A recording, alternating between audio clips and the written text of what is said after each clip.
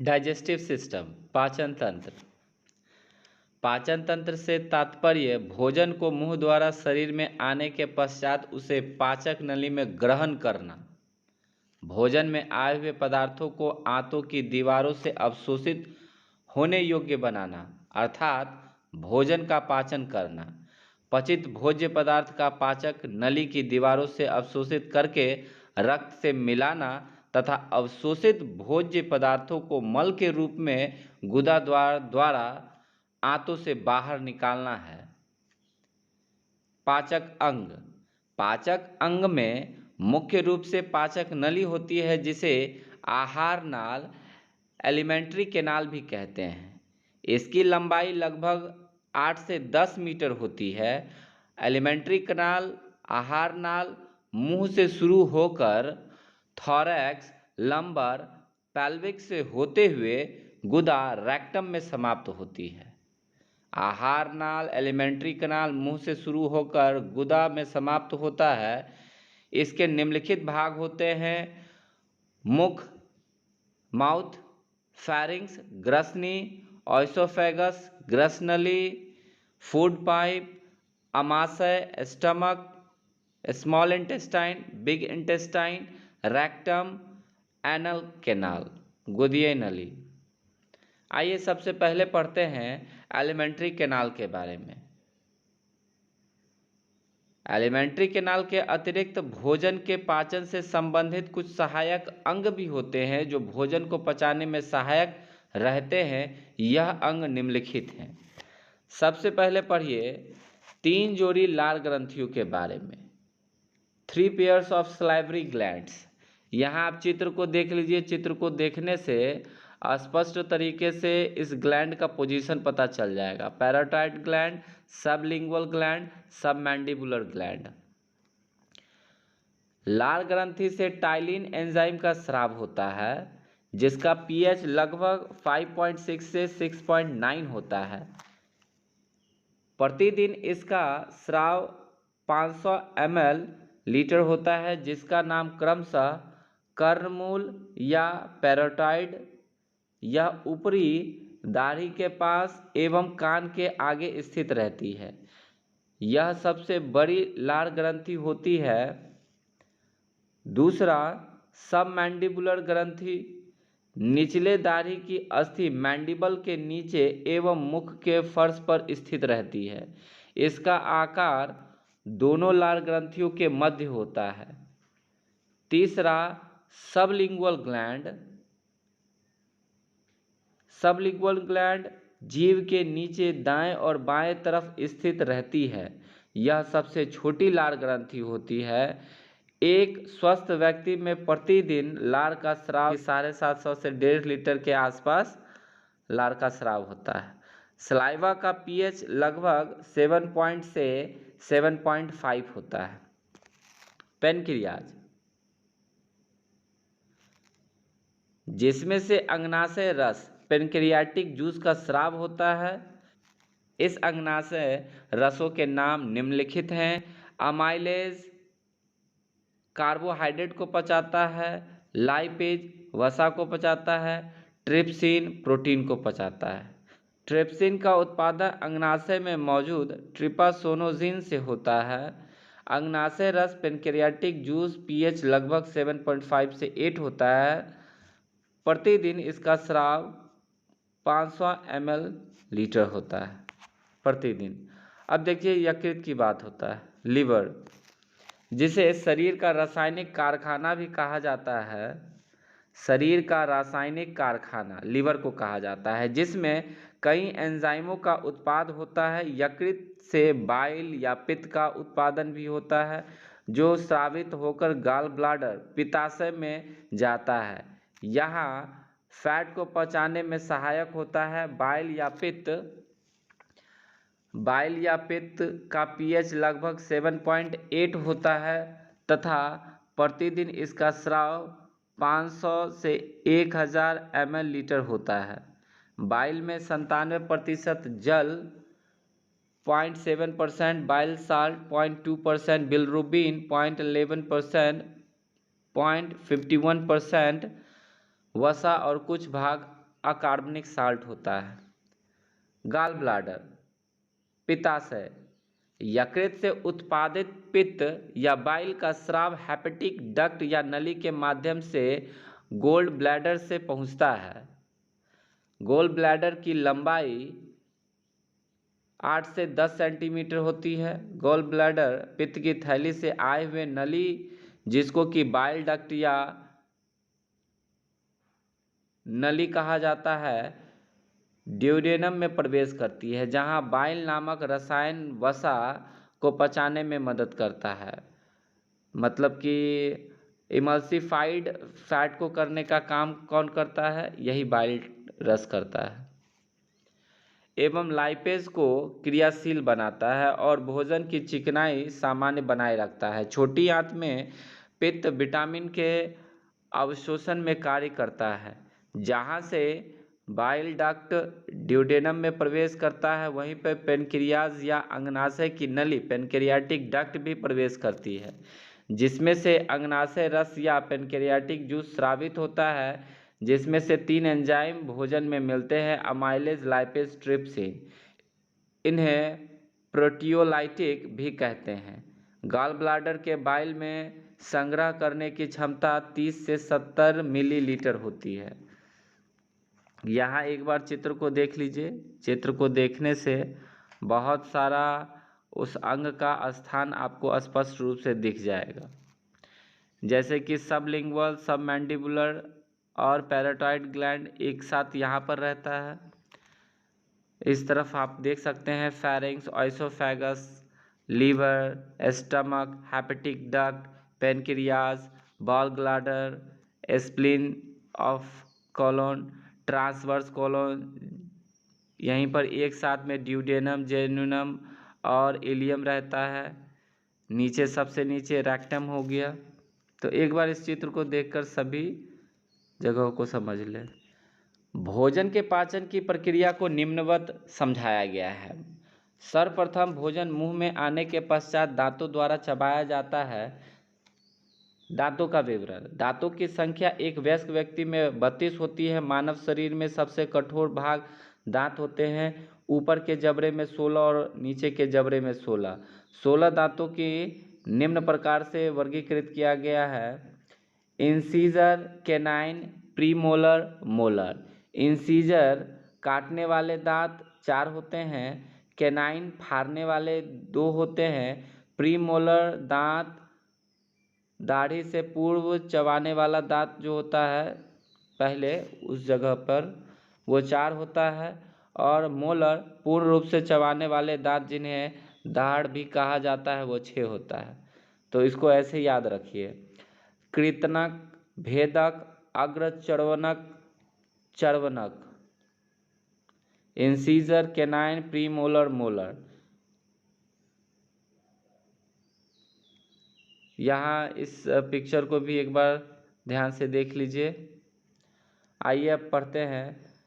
सबसे आखिरी वाले दांत को अक्कल दांत, विजडम टीथ कहा जाता है, क्योंकि यह दांत 17 से 25 वर्ष की उम्र में निकलता है, जब व्यक्ति परिपक्व हो जाता है। यह वयस्क की श्रेणी में आता है।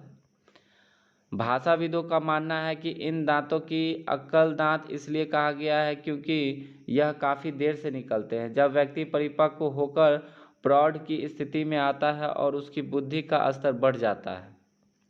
बचपन से लेकर 6 वर्ष की आयु तक अस्थायी दांत, मिल्क टीथ, दूध के दांत निकलते हैं। ऊपर के जबड़े में 10 और नीचे के जबड़े में 10, कुल मिलाकर 20।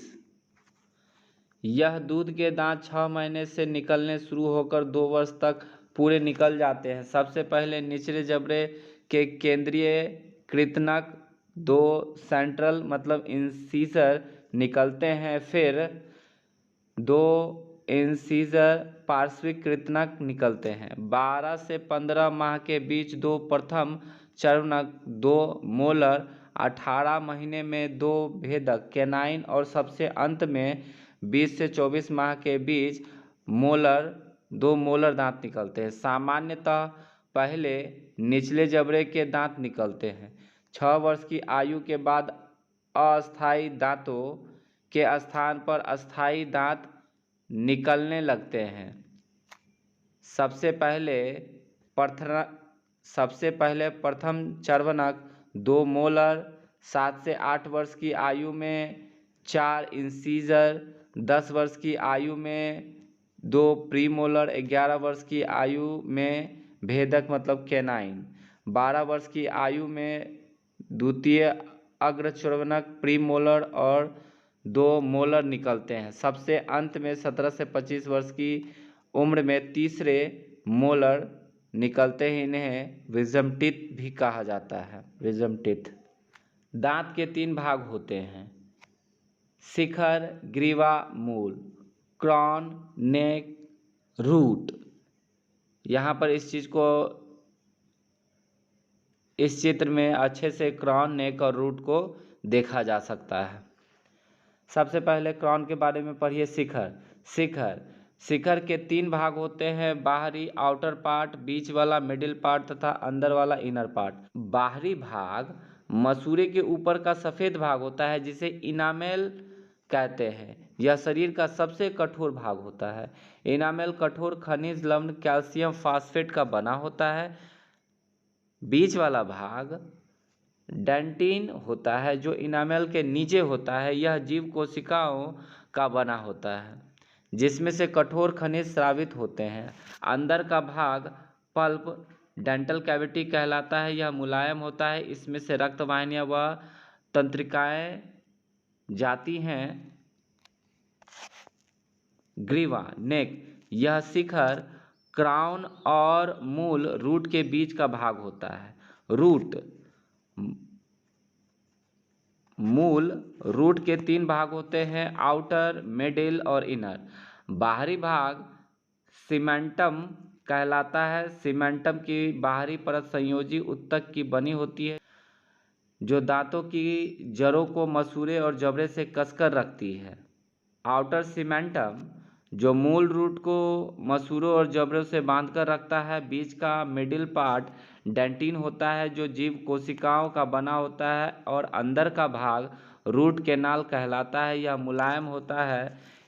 इसमें से रक्तवाहिनियां व तंत्रिकाएं जाती हैं। इसी से रक्तवाहिनियां और तंत्रिकाएं आगे बढ़ती हैं, जाती हैं।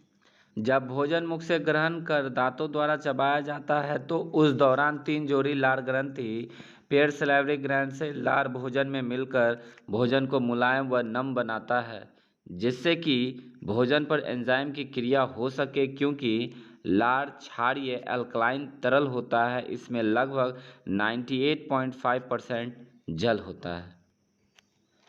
लार ग्रंथियों से टाइलिन नामक एंजाइम निकलकर भोजन में मिलता है जिसे हम सलाइवरी अमाइलेज भी कहते हैं जो स्टार्च को पचाने में मदद करता है। टाइलिन स्टार्च को पचाने में मदद करता है। यह स्टार्च को माल्टोज में परिवर्तित कर देता है। लार आमाशय में गैस्ट्रिक जूस से मिलने से पहले एक क्षारीय रहता है।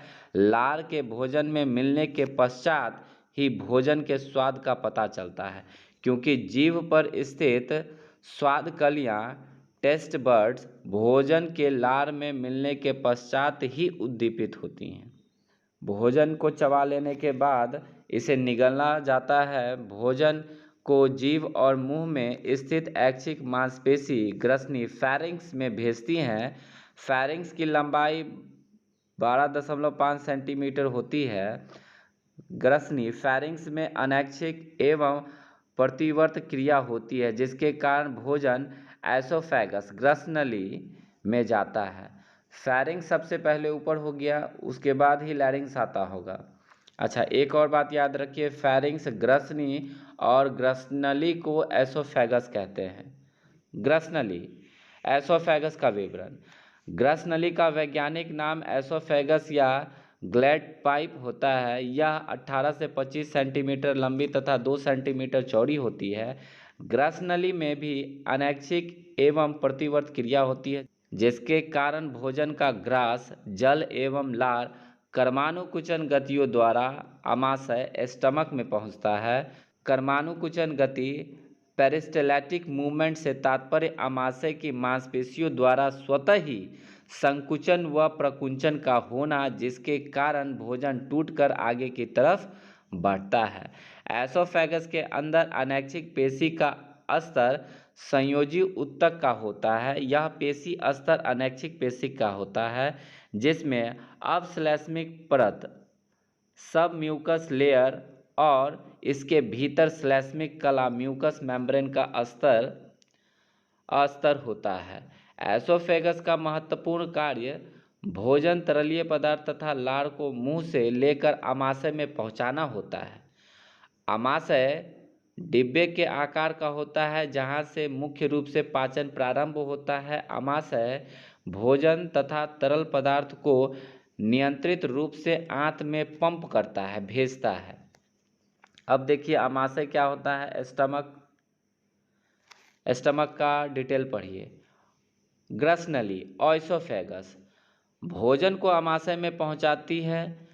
आमाशय अंग्रेजी वर्णमाला के जे आकार का होता है तथा यह नाभि के पास बाएं तरफ होता है। लगभग 5/6 भाग शरीर के मध्य रेखा के बाएं तरफ होता है। आमाशय के 3 भाग होते हैं, कार्डिक, पाइलोरिक, फंडिक। ग्रसनली ओएसोफेगस जहां आमाशय से मिलती है उस भाग को कार्डिक कहा जाता है, क्योंकि यह भाग हृदय के पास होता है। आमाशय स्टमक जहां ड्यूडेनम छोटी आंत के पहले भाग से मिलता है उसे पाइलोरिक कहा जाता है। पाइलोरिक मेंस गेट कीपर कहा जाता है, क्योंकि यह निचला भाग होता है। और आमाशय के बीच के भाग को फंडस कहा जाता है। आमाशय स्टमक की दीवार 4 स्तरों से मिलकर बनती है, जो निम्नलिखित है। बाहरी स्तर, जिसे पेरिटोनियम कहते हैं। पेरिटोनियम स्तर के नीचे मस्क्यूलर कोट होता है। मस्क्यूलर कोट के नीचे सब म्यूकस कोट होता है। सब म्यूकस कोट के नीचे सबसे अंदर का स्तर म्यूकस कोट होता है। अब देखिए म्यूकस कोट कला का स्तर कॉल्यूमिनर एपिथेलियम से बना होता है। इस श्लेष्मिक कला के इस म्यूकस कोट के स्तर में झुर्रियाँ तथा श्लेष्मिक स्रावी कोशिकाएं पाई जाती हैं। इन झुर्रियों में नलिका आकार की टैबुलर गैस्ट्रिक ग्लैंड पाई जाती हैं, जिसमें से गैस्ट्रिक जूस तथा श्लेष्मा स्रावित होता है। यह श्लेष्मिक स्रावी कोशिका से श्लेष्मा म्यूकस स्रावित होता है। जठरीय या गैस्ट्रीय ग्रंथि में 3 प्रकार की कोशिकाएं पाई जाती हैं। एक म्यूकस सेल, जिसमें से म्यूकस स्रावित होता है।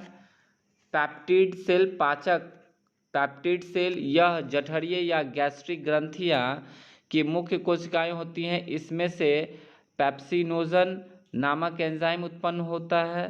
तीसरा अम्लस्रावी कोशिकाएं ऑक्सेंटिक सेल्स, यह पैरिएटल सेल्स, इसमें से हाइड्रोक्लोरिक एसिड स्रावित होता है। कार्डिक ऑरिफाइस के पास स्थित पाई जाने वाली जठरीय या गैस्ट्रिक ग्रंथियां गैस्ट्रिक ग्लैंड से म्यूकस स्रावित होता है। यह क्षारीय होता है। फंडस के पास पाई जाने वाली ग्रंथियां मुख्य होती हैं, जिसमें से mucus, pepsinogen, renin, gastric lipase तथा हाइड्रोलिक एसिड तीनों स्रावित होते हैं। पाइलोरिक ऑरिफाइस से भी म्यूकस स्रावित होता है। भोजन जैसे ही पेट या आमाशय में पहुंचता है तो भोजन आपस में घुल जाता है। आमाशय में कुछ मात्रा में भोजन पचता है, जिसे आमाशय अपनी ऊर्जा के रूप में प्रयोग करता है। आमाशय में क्रमानुकुंचन गति होने से भोजन को आमाशय की मांसपेशियां महीन टुकड़ों में बांट देती हैं। उस भोजन में गैस्ट्रिक जूस म्यूकस कोट में विद्यमान जठरीय या गैस्ट्रिक ग्लैंड से मिलता है। जठर रस रंगहीन अम्लीय तरल होता है। इसी जठर रस में लगभग 0.4% HCl हाइड्रोक्लोरिक एसिड होता है। इस हाइड्रोक्लोरिक एसिड के भोजन में मिलने से संपूर्ण भोजन अम्लीय हो जाता है। हाइड्रोक्लोरिक एसिड भोजन में आए हुए सूक्ष्म जीव को नष्ट करने का कार्य करता है। यहाँ टाइलिन एंजाइम की क्रिया समाप्त हो जाती है। भोजन छोटे छोटे टुकड़ों में बंटकर जठर या गैस्ट्रिक जूस में मिल जाता है। गैस्ट्रिक जूस का pH 1.4 से 3.5 होता है। प्रतिदिन इसका स्राव 1200 से 1500 मिलीलीटर होता है। गैस्ट्रिक जूस भोजन को पचाने में मदद करता है। आमाशय में ही पेप्सिनोजिन, रेनिन तथा गैस्ट्रिन लाइपेज नामक एंजाइम भोजन में मिलते हैं। पेप्सिनोजिन हाइड्रोक्लोरिक एसिड की उपस्थिति में प्रोटीन से संबंधित भोज्य पदार्थ पर क्रिया करता है और उन्हें पेप्सिन में परिवर्तित करते हुए पेप्टोन में परिवर्तित करता है। रेनिन यह एंजाइम दूध से संबंधित प्रोटीन कैसीन पर क्रिया करता है और यह कैसीन को कैसिनोजिन में परिवर्तित करता है। कैसीन एक मिल्क प्रोटीन है। कम मात्रा में मौजूद गैस्ट्रिक लाइपेज नामक एंजाइम वसा फैट को पचाता है। आमाशय में भोजन तरलीय होता है। आमाशय में भोजन तरलीय होता है। स्टमक में भोजन लिक्विड फॉर्म में होता है। फिर तरलीय भोजन आमाशय में 2 से 4 घंटे रहने के पश्चात स्मॉल इंटेस्टाइन में पहुंचता है। इस भोजन को काइम कहा जाता है। स्मॉल इंटेस्टाइन का कुछ विवरण समझिए। छोटी आंत के 3 भाग क्रमशः ड्यूडेनम, जेजुनम और इलियम होते हैं। छोटी आंत की लंबाई लगभग 22 फीट होती है। महिलाओं में इसकी लंबाई 23 फीट 4 इंच होती है तथा छोटी आंत का व्यास 2.5 सेंटीमीटर होता है। छोटी आंत का पहला भाग ड्यूडेनम घोड़े के नाल के आकार का होता है। इसकी लंबाई 25 सेंटीमीटर 10 इंच होती है। छोटी आंत का दूसरा भाग जेजुनम की लंबाई 35 इंच होती है तथा छोटी आंत का तीसरा भाग इलियम की लंबाई 52 इंच होती है। ड्यूडेनम इस ड्यूडेनम में यकृत, लीवर व गॉल ब्लैडर, पित्त की थैली, पित्ताशय से आई हुई नली मिलती है जिसको कि बाइल डक्ट कहा जाता है, जिसमें बाइल या पित्त रहता है। बाइल यकृत से उत्पादित होकर गॉल ब्लैडर या पित्त की थैली से होते हुए छोटी आंत के ड्यूडेनम में पहुंचता है। बाइल नामक रसायन वसा फैट को पचाने में मदद करता है और चिकनाई बनाए रखता है। जहां से बाइल डक्ट ड्यूडेनम में प्रवेश करता है वहीं पर पैनक्रिया या अंगनाशय की नली पैनक्रियाटिक डक्ट भी प्रवेश करती है, जिसमें से अंगनाशय रस या पैनक्रियाटिक जूस स्रावित होती है, जिसमें से 3 एंजाइम मिलते हैं। Amylase, lipase, trypsin. Amylase carbohydrate को पचाता है। ग्लूकोज अमाइलेज कार्बोहाइड्रेट को पचाता है तथा ग्लूकोज में परिवर्तित करता है। लाइपेज फैट को पचाता है तथा ग्लिसरॉल तथा फैटी एसिड में परिवर्तित करता है तथा ट्रिप्सिन प्रोटीन को पचाता है तथा अमीनो अम्ल में परिवर्तित करता है। छोटी आंत में जो भोजन तरल पदार्थ के रूप में रहता है उसे काइम कहते हैं। भोजन पूर्णतः छोटी आंत में पचता है। छोटी आंत में घाटीनुमा आकृति होती है, उन्हें हम विल्ली कहते हैं, जहां पर पचा हुआ कार्बोहाइड्रेट और प्रोटीन अवशोषित होता है तथा छोटी आंत के लैक्टिलियल में पचा हुआ वसा अवशोषित हो जाता है। छोटी आंत में भोजन पूर्ण रूप से पचता है। छोटी आंत में भोजन को पूर्ण रूप से पचाने के लिए आंत्रीय रस स्रावित होता है। जब भोजन छोटी आंत में पहुंचता है तो स्वतः ही यांत्रिकी उद्दीपन होने से आंतरिक रस का स्राव बढ़ जाता है। यह आंतरिक उद्दीपन गैस्ट्रिक जूस के छोटी आंत में पहुंचने से होता है। आंतरिक रस को नीचे समझाया गया है। अब जैसे इंटेस्टाइन जूस और सेकस इंट्रिकस के बारे में समझिए। आंतरिक रस में लगभग 98.4% जल, शेष 1.6% अकार्बनिक एवं कार्बनिक पदार्थ होते हैं। अकार्बनिक पदार्थ में सोडियम क्लोराइड, सोडियम बाइकार्बोनेट तथा सोडियम कार्बोनेट होते हैं। एक दिन में लगभग 1 लीटर आंतरिक रस स्रावित होता है, जिसमें कई एंजाइम उपस्थित रहते हैं जो भोजन को पूर्णतः पचाते हैं, जिसके एंजाइम निम्नलिखित हैं। सबसे पहले एंट्रोकिनेस या एंट्रोपेप्टाइडेस। ट्रिप्सिन का उत्पादन अंगाशय में मौजूद ट्रिप्सोनोजिन द्वारा एंट्रोकिनेस की मदद से होता है। यह ट्रिप्सिन को तत्पर बनाता है, इसे पॉलीपेप्टाइड भी कहते हैं। एरेप्सिन। एरेप्सिन प्रोटीन के पॉलीपेप्टाइड को अमीनो अम्ल में परिवर्तित करता है और यह प्रोटीन को पूर्ण रूप से पचाता है। एरेप्सिन 3 एंजाइम इन्वर्टेस, लैक्टेस और माल्टेस कार्बोहाइड्रेट को पचाने में मदद करते हैं, जिससे वे स्टार्च को डाइसैकराइड और मोनोसैकराइड में परिवर्तित करते हैं, जो निम्नलिखित हैं। देखिए, सबसे पहले सुक्रोज, लैक्टेज, माल्टोज को समझते हैं। सुक्रोज, यह गन्ने के चीनी कैन शुगर को पचाता है। इन्वर्टेड सुक्रोज को डेक्सट्रोज और लेव्युलोज में परिवर्तित करता है। लैक्टेज, यह लैक्टोज को ग्लूकोज और लैक्टेज में परिवर्तित करता है। माल्टेज, यह माल्टोज को 2 ग्लूकोज अणुओं में परिवर्तित करता है। अमाइलेज, कार्बोहाइड्रेट को पचाता है तथा ग्लूकोज में परिवर्तित करता है। लाइपेज, वसा को पचाता है तथा ग्लिसरॉल तथा फैटी एसिड में परिवर्तित करता है। ट्रिप्सिन प्रोटीन को पचाता है तथा अमीनो अम्ल में परिवर्तित करता है। छोटी आंत में इनका अवशोषण हो जाता है। भोजन के साथ आए हुए जल, खनिज, लवण, विटामिन तथा पाचन के अंतिम उत्पाद छोटी आंत के भित्तियों से होकर रक्त एवं लसिका द्वारा अवशोषित हो जाते हैं। छोटी आंत के विल्ली में पचा हुआ कार्बोहाइड्रेट और प्रोटीन अवशोषित होता है तथा छोटी आंत के लैक्टियल में पचा हुआ वसा अवशोषित होता है। भोजन के पचने के बाद भोजन का बचा हुआ अवशेष पदार्थ छोटी आंत के इलियम के रास्ते बड़ी आंत में पहुंचता है। बड़ी आंत को समझिए। बड़ी आंत को हम कोलोन भी कहते हैं, जो कैल्शियम शुरू होकर एनस में खत्म होता है, जिसकी लंबाई लगभग 5 फीट 1.5 मीटर होती है। छोटी आंत का इलियम पहले बड़ी आंत के कैसियम में जाकर मिलता है। एक छोटी सी थैली है कैसियम।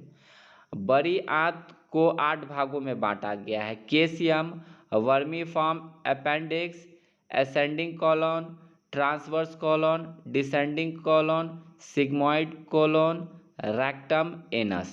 सीकम, जिसे कैसियम भी कहीं कहीं बोलते हैं। सीकम छोटी आंत को बड़ी आंत से जोड़ता है। सीकम एक छोटी सी थैली है। छोटी आंत के इलियम के रास्ते के अवशेष पदार्थ जल, विटामिन, नमक आदि बड़ी आंत के कैसियम में पहुंचते हैं। यहाँ पर सभी पोषक तत्वों का अवशोषण हो चुका होता है। वर्मीफॉर्म अपेंडिक्स, बड़ी आंत के कैसियम के निचले हिस्से पर एक 13 सेंटीमीटर लंबी नली जुड़ी रहती है, जिसका बाह्य सिरा बंद रहता है। इसे हम वर्मीफॉर्म अपेंडिक्स कहते हैं। वर्मीफॉर्म अपेंडिक्स वेस्टिजियल अंग होता है। अपेंडिक्स के संक्रमण को अपेंडिक्स कहा जाता है। अपेंडिक्स के संक्रमण को कोअपेंडिक्स कहा जाता है। इस दशा में अपेंडिक्स को काटकर निकाल दिया जाता है। इस ऑपरेशन को अपेंडिक्सटोमी कहा जाता है। फिर भोजन का अवशेष बड़ी आंत के ascending colon, transverse colon, descending colon और सिग्मॉइड कॉलोन में पहुंचता है। कोलोन क्या है? कोलोन या बड़ी आंत का कार्य अवशेष में से जल, नमक, बाइल, विटामिन, इलेक्ट्रोलाइट तथा ग्लूकोज को अवशोषित करना होता है। देखिए, कोलोन का काम क्या है? जल, नमक, बाइल, विटामिन, इलेक्ट्रोलाइट तथा ग्लूकोज को अवशोषित करना होता है, जिसके कारण अवशेष ठोस हो जाता है, जिससे कि शरीर में इसकी मात्रा संतुलित बनी रहे। बड़ी आंत अवशोषण के साथ साथ उत्पादन का भी कार्य करती है, जैसे बायोटीन, फॉलिक एसिड, विटामिन के, B1, B2, B6, vitamin B12 के उत्पाद। बड़ी आंत में कर्मानुकुचन की गति धीमी हो जाती है। भोजन के सीकम से सिग्मॉइड कॉलोन तक पहुंचने में लगभग 16 से 24 घंटे लगते हैं। रेक्टम, उसके बाद जो बचा हुआ पदार्थ वह रेक्टम 5 इंच का जो होता है उसमें रेक्टम, उसके बाद जो बचा हुआ पदार्थ वह रेक्टम से होता हुआ बड़ी आंत के अंतिम भाग एनस के रास्ते बाहर आ जाता है। रेक्टम 5 इंच का होता है। एनस, एनस रेक्टम का आखिरी भाग एनस जिसकी लंबाई 1.5 इंच होती है। यह मल का अस्थायी भंडार गृह होता है। यह मल को शरीर से बाहर निकालने का कार्य करता है जिसे मल त्याग या डिफेक्शन कहा जाता है। वसा, वसा को लिपिड कहा जाता है। शरीर से वसा कम करने के लिए लिपोसक्शन नामक तकनीक का प्रयोग किया जाता है। इसे कैनुला नामक इंजेक्शन का प्रयोग कर फैट के सेल्स को बाहर निकाला जाता है। मेटाबॉलिज्म प्रोसेस, यह मानव शरीर में होने वाला जैविक रासायनिक प्रक्रिया है जिसमें जो खाद्य भोज्य में लिए गए हैं वे अपने ऊर्जा के रूप में परिवर्तित होकर शरीर में एकत्रित होते हैं और फिर किसी क्रिया या अभ्यास के दौरान वह एकत्रित ऊर्जा का प्रयोग होना ही मेटाबॉलिज्म क्रिया कहलाता है। देखिए, फिजियोलॉजिस्ट ने इस प्रक्रिया को 2 भागों में बांटा है, एनाबॉलिज्म और कैटाबॉलिज्म। एनाबॉलिज्म, मेन एनाबॉलिज्म को ही समझना है। एनाबॉलिज्म भोजन पदार्थों को शरीर द्वारा ऊर्जा के रूप में एकत्रित करना, जैसे कार्बोहाइड्रेट को ग्लाइकोजन के रूप में लीवर और मांसपेशी में एकत्रित करना।